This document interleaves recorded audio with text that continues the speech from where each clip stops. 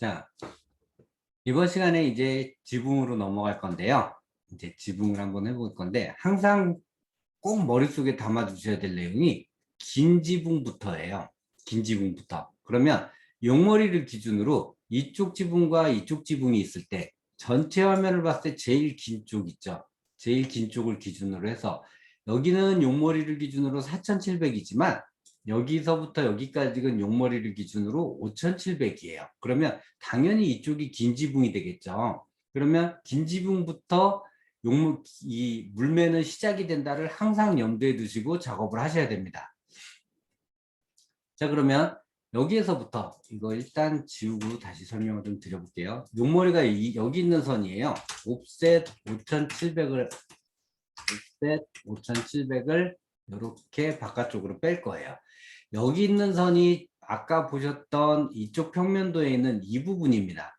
이 부분에 있는 요 중심선. 여기 중심선에서부터 우리가 물매가 시작이 되죠. 자, 여기서 중심선에서부터 물매가 시작되는데 일단 이 기준을 보셔야 될 부분이 있는데 뭐냐면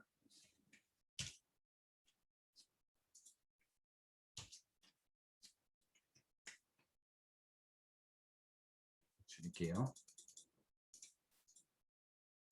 줄였죠.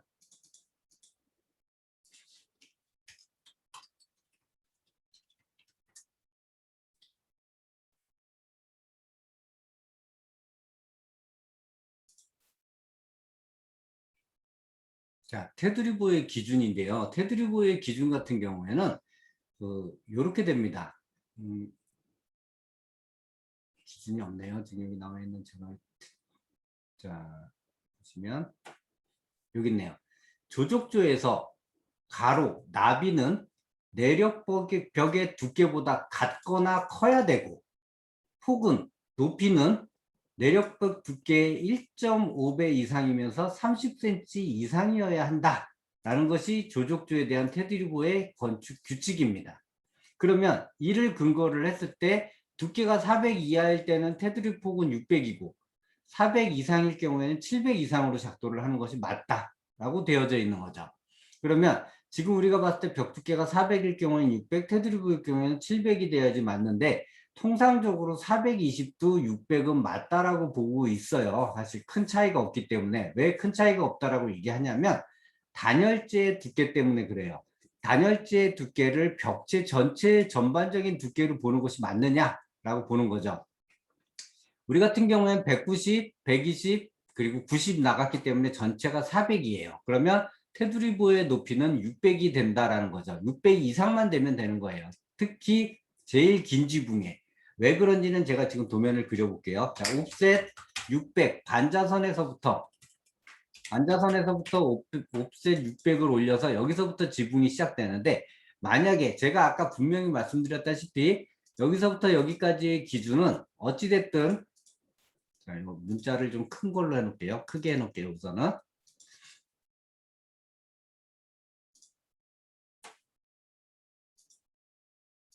제가 그 테두리보를 만들면서 문자 높이를 지정을 해놨기 때문에 그러는데 일단 200으로 잠깐 맞춰놓고 다시 나중에 수정하더라도 네, 해놓겠습니다.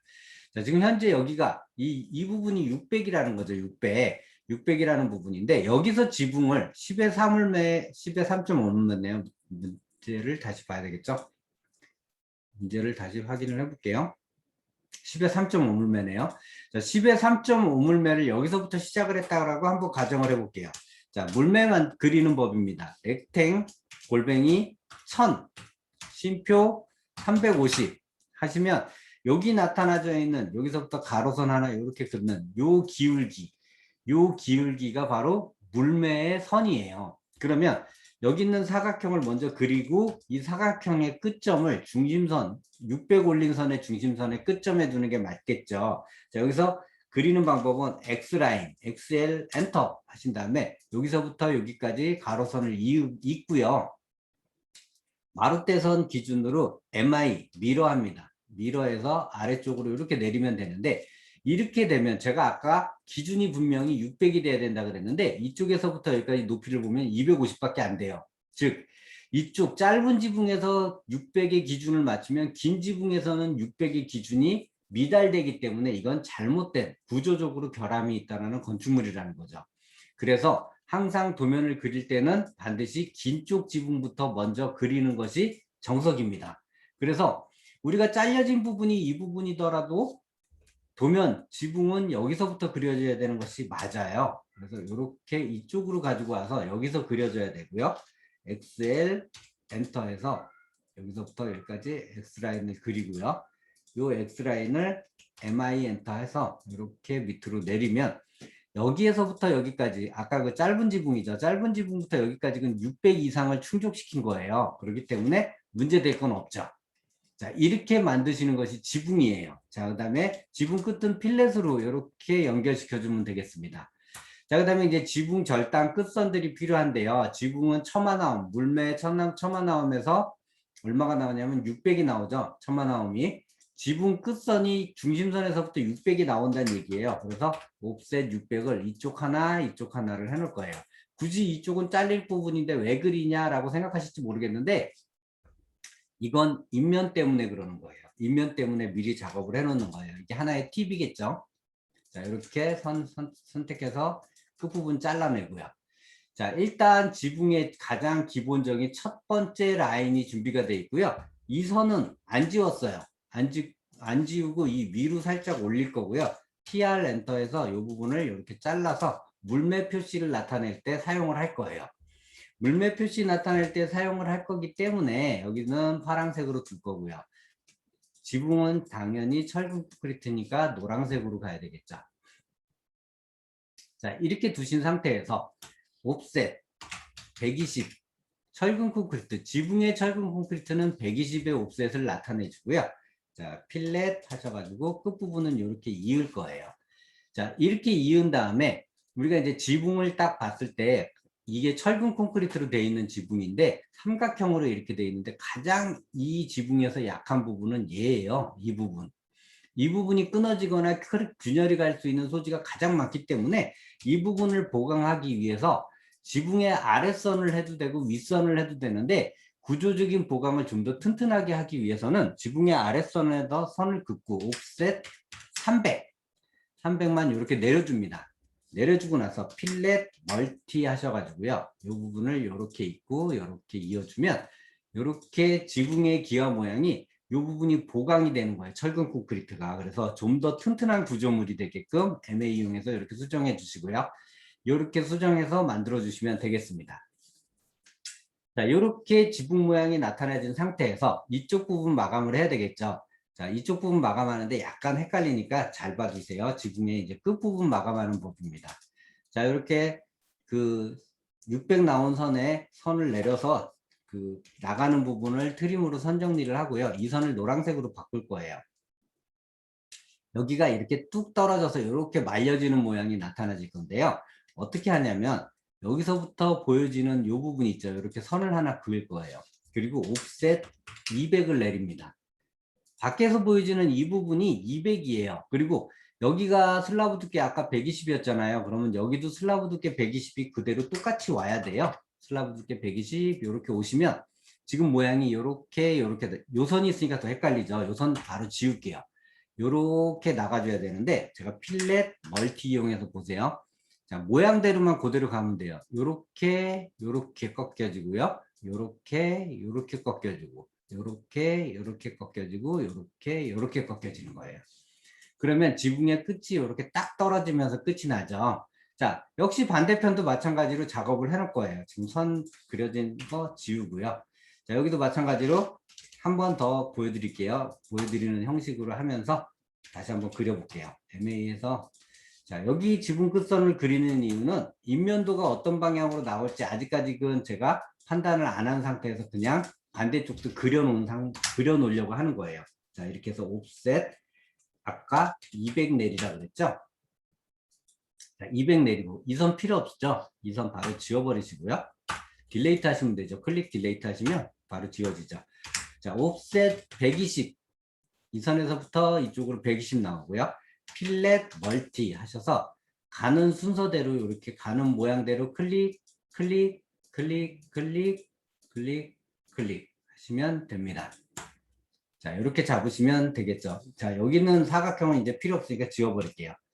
자, 이 상태로 지붕 모양이, 긴 지붕과 짧은 지붕의 모양이 전반적으로 다 나와진 상태입니다. 자, 이렇게 나와진 상태에서 팁을 하나 알려드리면요. 이 상태에서 저장을 한번 하세요. 저장을 한번 하시고, 자, 저장했죠? 그 다음에 이 상태에서 다른 이름으로 저장을 한번 더 해요. 또는 이 상태에서 저장을 하실 때 다른 이름으로 하나 저장을 어떤 식으로 하냐면 인면도로 저장을 합니다. 방향이 기항이면 이렇게 보시는 게 낫겠죠. 자, 남측 인면도 그리라고 되어 있죠. 그러면 여기서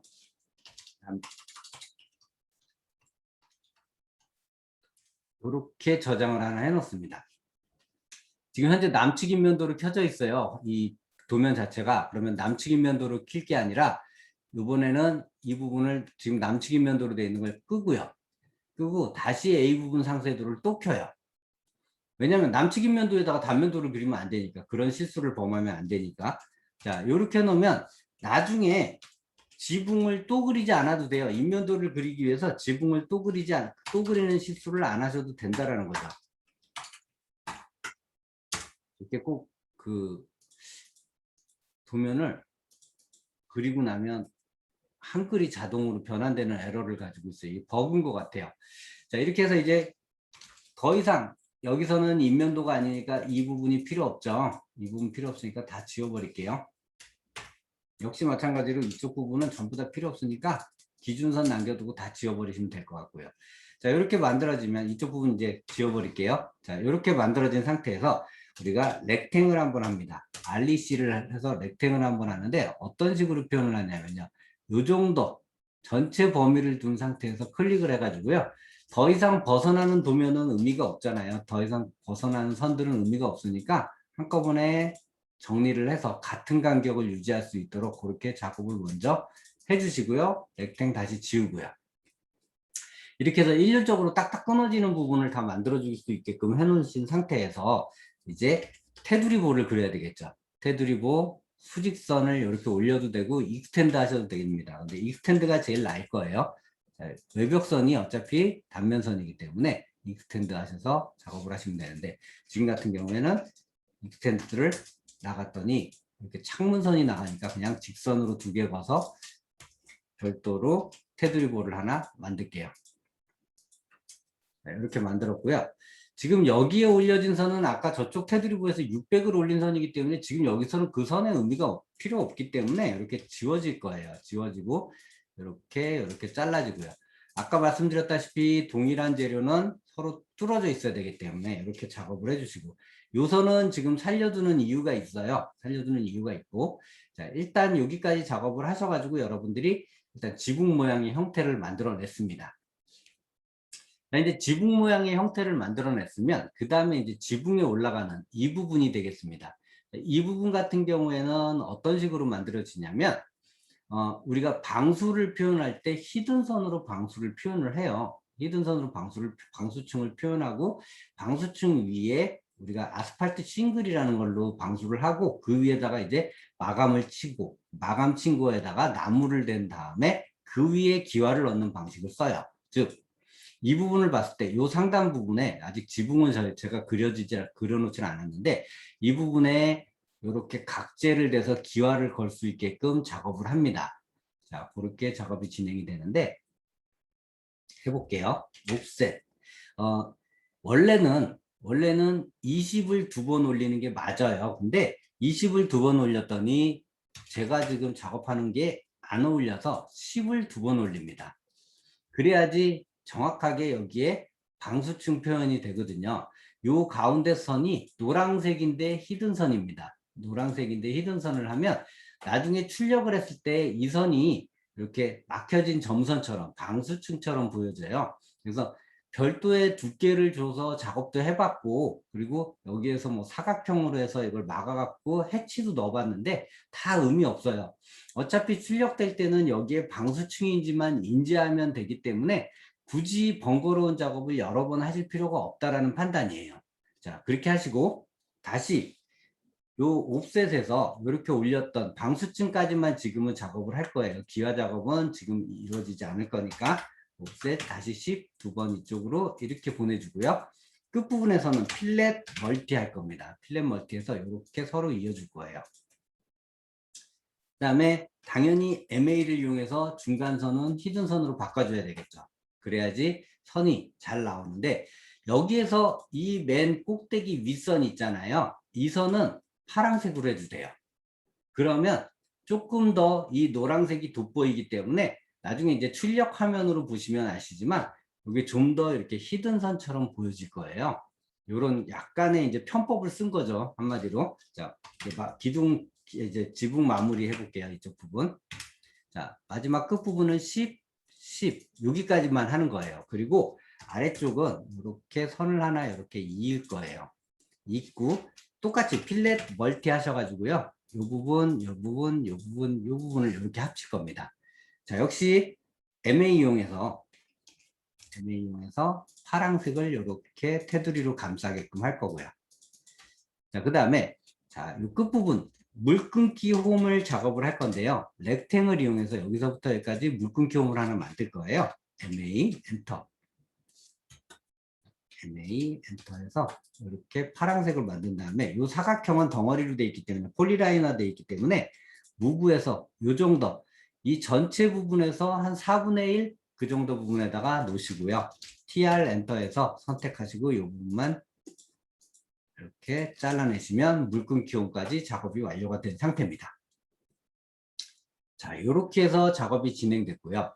자, 그 다음에 이제 우리가 이 부분에서 이제 작업을 할 건데요. 이 부분 작업을 이제 반자 돌림 반자를 진행할 건데, 원래는 반자 돌림이라는 것은 그 우리가 그 치장목으로 해서 천정 몰딩이거든요. 천정 몰딩으로 설치하는 부분인데 이 부분이 원래 밑으로 내려오는 게 맞아요. 천정 몰딩이니까 반자가 있는 이게 반자선이잖아요. 반자 밑으로 내려오는 게 맞는데 그렇게 하면 또 잘라내는 선이 또 있어야 되고 여기는 파란색 선이 있어야 되기 때문에 굳이 그렇게 안 하고 그냥 45를 위로 올려요. 저 같은 경우에는 45 올리고 합판 두께 4.5를 올려요. 자, 요게 이제 그 천장 몰딩, 우리 눈에 보이는 몰딩이고요. 여기가 안 보이는 단면으로 잘려진 합판 선이에요. 그리고 다시 45, 요거는 반자의 표시죠. 자, 요렇게 만들어 놓습니다. 자, TR 엔터 해서 여기서 빠져나가는 이 선들 있죠. 바깥쪽까지 나가는 선들은 필요 없으니까 이거 다 잘라내야 되겠죠. 자, 다시 한번 요거 확대해서 보면 여기는 우리가 보는 천정 몰딩선이고요. 요거는 합판선 그리고 그 위에 반자선이에요. 자, 이 반자선 같은 경우에는 여기서 지붕을 살짝 걷어내 보겠습니다. 이게 원래 여기까지 전부 다 이 반자가 있는데 제가 여기까지 다 그리려다 보니까 너무 힘이 들어요. 그래서 다 못 그렸습니다. 자, 여기에 보이시는 이 부분 있죠. 이 파란색 선. 요게 반자인데 지금 잘라지는 반자가 보여지는 거예요. 그러면 여기서 이렇게 봤을 때 이 부분의 단면은 보여질 거고 이쪽에 요 선은 인면으로 보여지겠죠. 여긴 단면이고. 그리고 900 간격으로 반자에 대한 달대가 설치될 거고 수평 깰 때가 450 간격으로 서로 엇갈리게 이렇게 표현이 작성이 될 겁니다. 자, 그거를 우리가 이제 도면에서 2D로 표현을 해낼 건데요. 자, 그 작업을 지금 진행할 건데, 여기서 지금 이 작업 진행하기 전에 잘못된 부분이 하나 있어요. 바로 이 부분이죠. 이 부분 같은 경우에는 반자가 새로 시작해야 돼요. 왜 그러냐면, 우리가 평면상에서 봤을 때 이 부분에 천장이 있기 때문에 천정 위로 벽돌이 올라가 있는 구조, 즉,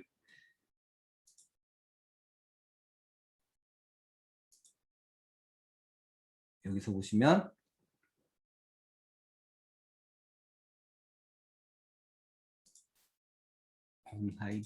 언하이드 하겠습니다. 언하이드 올.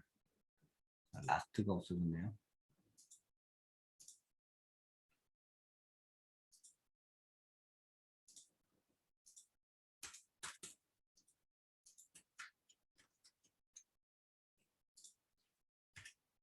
자, 여기서 보시면 지금 여기 이 벽체가 여기 있는 벽체가 쭉 타고 올라가서 기와까지 올라간단 말이죠. 이 부분. 그러면 확대해 보면 여기에 반자가 끊어져 있죠. 자, 이 부분을 나타내고 있는 거예요. 그렇기 때문에 우리가 2D 도면에서도 당연히 여기가 반자가 끊어져 있어야 되겠죠. 그래야지 도면에 말이 맞는 거예요. 그래서 이렇게 놓으시고 반자 끊겠습니다. 끊고요. 그 다음에 이제 이쪽 부분인데요. 벽돌이 이렇게 올라가더라도 벽돌이 이 끝에서 지붕이 경사가 진 데서 벽돌이 바로 붙진 않아요. 그렇기 때문에 여기서 지붕 끝선에서 수평선을 하나 그어요. 이 부분에서 수평선을 긋고 옵셋 300이나 500 관계없어요. 자, 근데 저는 여기서 500을 내려볼게요. 이렇게 500 내리고 너무 많이 내려오죠. 되게 안 이뻐요. 도면 자체가. 그렇기 때문에 옵셋 300을 이렇게 내려주면 윗선에서 300을 내려주면 얼마 안 철근 콘크리트가 얼마 안 내려오기 때문에 좀 이뻐요 보기가. 그래서 원래는 500이 맞아요. 500이 맞는데 굳이 500까지 안 하셔도 되고 300 정도로 그냥 깔끔하게 보여주시는 게 좋다라는 거죠. 자, 이렇게 해서 여기 지금 이렇게 보여지는 이 부분이 철근 콘크리트예요. 이 부분이. 그래서 여기 있는 선과는 별개의 선으로 움직여야 되기 때문에 같은 색깔의 노란색이더라도 별개의 선으로 움직여야 되기 때문에 따로 선을 둬도 되고 좀 전에 제가 하려고 했듯이 그냥 같이 이렇게 두셔도 무방할 것 같아서 같이 진행을 했어요. 그럼 이제 여기 벽돌 부분에 기호가 들어가야 되는데 여기 들어가는 벽돌은 일단 이쪽에 보이시는 벽돌이 쌓는 부분과 동일해요. 근데 벽돌의 재료 기호인 사선이 표시가 돼야 된다는 거죠. 왜냐하면 벽돌이 단면으로 보이니까. 그러면 해치하겠습니다. 아까 말씀드린 대로 해치 아무거나 집어넣을 거예요. 아무거나 집어넣고 확인을 누르면 해치가 들어갔잖아요. 제가 말씀드린 대로 이 해치와 이 해치가 같아요. 그렇기 때문에 굳이 해치를 2번 넣을 필요가 없죠. 단, 해치의 색상은 다릅니다. 왜냐하면 저쪽에서 보이는 해치는 인면이지만 이쪽에서 보이는 해치는 인면이 아니라 단면이잖아요. 근데 단면이긴 한데 너무 두꺼우면 진해서 잘 안 보이기 때문에 0.3mm로 바꾼 거예요. 그래서 저 같은 경우에는 0.3mm가 우리 2개 있잖아요. 0.3mm가 2개 있는데 흰색 같은 경우 0.2mm에서 흰색 같은 경우에는 지붕 안에 이 부분을 쓰고요. 그리고 녹색을 바깥쪽, 지붕 바깥쪽에 녹색을 사용합니다. 그리고 하늘색은 시안이라는 색깔은 무조건 창문에다 다 써요. 그리고 그 외에 보이는 모든 인면은 파란색으로 씁니다. 단면은 노란색이고요. 왜 그렇게 하냐면 출력할 때 극과 극으로 보이거든요. 선이 굵고 가늘게 명확하게 티가 나서 보여요. 근데 0.3mm와 0.4mm는 티가 잘 안 나요. 그리고 0.3mm와 또 0.2mm가 또 티가 잘 안 나요. 그렇기 때문에 극단적으로 극과 극의 효과를 주기 위해서는 각각의 범위마다 색깔을 달리 지정을 해서 주는 그런 또 성향을 제가 가지고 있어요. 그래서 조금 티나게 어떻게 보면 액션을 하는 거죠. 그런 액션을 보여주면서 하는 거고요. 지금 현재 여기 이제 일단 재료 기호가 안 들어갔으니까 재료 기호부터 넣을게요. 이번 재료 기호는 사용자 정의로 벽돌의 사선 표시이기 때문에 당연히 45도로 하셔야 되고요. 그리고 간격 두기는 40이에요. 벽돌만 40이라고 그랬죠. 다른 건 다 20인데 그렇게 작업을 하시면 되고 이렇게 넣으시고 엔터 하셔서 확인 누르시면 되는데 요거는 우리가 제가 말씀드렸다시피 극단적인 효과를 주기 위해서 얘는 파란색으로 가는 거예요. 이렇게 보여지게 표현을 합니다. 자, 그러면 이제 반자의 어떤 기준선과 이 지붕의 어떤 그 벽돌과 인방까지 내려오는 부분에 대한 적절한 마감을 진행을 했고요. 네, 이렇게 해서 지붕 물매 방향과 기본적인 큰 틀은 작업을 해서 형태를 어느 정도 갖췄다라고 볼 수 있겠습니다. 자, 이렇게 형태까지 갖춰서 일단 작업을 했고요. 다음번에는 요 안에 반자 들어가는 것과 지붕틀을 설치하는 것을 해볼 수 있도록 하겠습니다.